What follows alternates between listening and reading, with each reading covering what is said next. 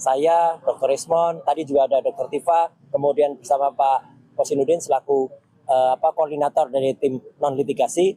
Di samping saya yang 2 hari yang lalu barusan landing kembali ke Indonesia, ya Prof. Denny Indrayana dan timnya dan semua yang ada di sini, termasuk Pak Gafur, Pak Safri dan teman-teman semuanya. Kita bersama-sama seperti tadi yang disampaikan oleh Prof. Denny, kita melakukan kerjasama yang baik dengan Polda Metro Jaya. Artinya kerjasama itu apa? Kita kooperatif, ya kita menjalankan yang harus kami lakukan.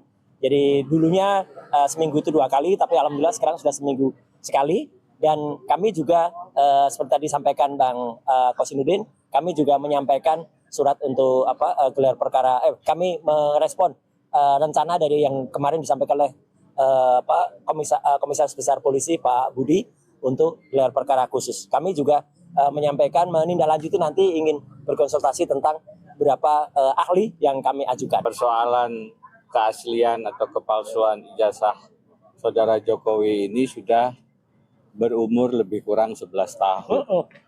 Karena itu sudah menjadi isu sebenarnya sejak 2014.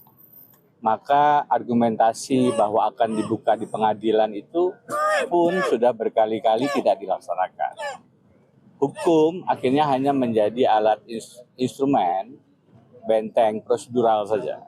Kemarin di salah satu siaran televisi diberitakan ada 7 gugatan sebenarnya yang terkait dengan ijazah, dan 7-7-nya tidak bisa menghadirkan ijazah asli. Ada sidang di keterbukaan informasi publik, ada yang sudah masuk penjara. Jadi terlalu banyak korban untuk ditutupnya ijazah asli Pak Jokowi.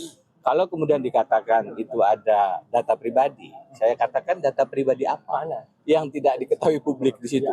Nama beliau, fakultas kehutanannya, Universitas Gadjah Madanya, tahun lulusnya, data pribadi apa? Sehingga kemudian UGM misalnya tidak bisa menunjukkan, jangankan ijazah aslinya, karena memang ada di Saudara Jokowi, tapi salinannya pun tidak bisa karena mengaku terkendala dengan data pribadi.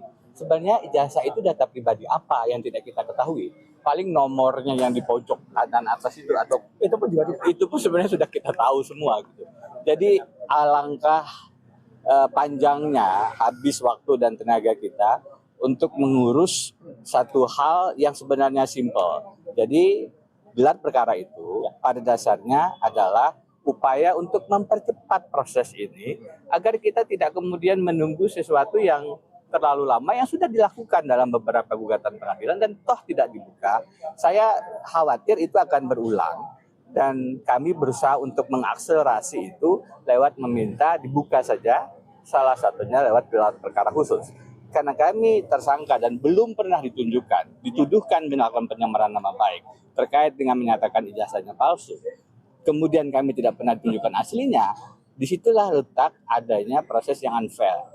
Itulah indikasi kriminalisasinya. Mari sama-sama kita jaga proses ini independen, proses ini adil bagi tersangka, bagi semua, bagi rakyat untuk mengetahui. Dan karenanya digelar perkara khusus itu menjadi penting untuk menghadirkan satu-satunya yang sampai sekarang belum pernah kita lihat setelah 11 tahun sejak 2014, sejak pertama kali ini muncul ijazah asli Saudara Jokowi.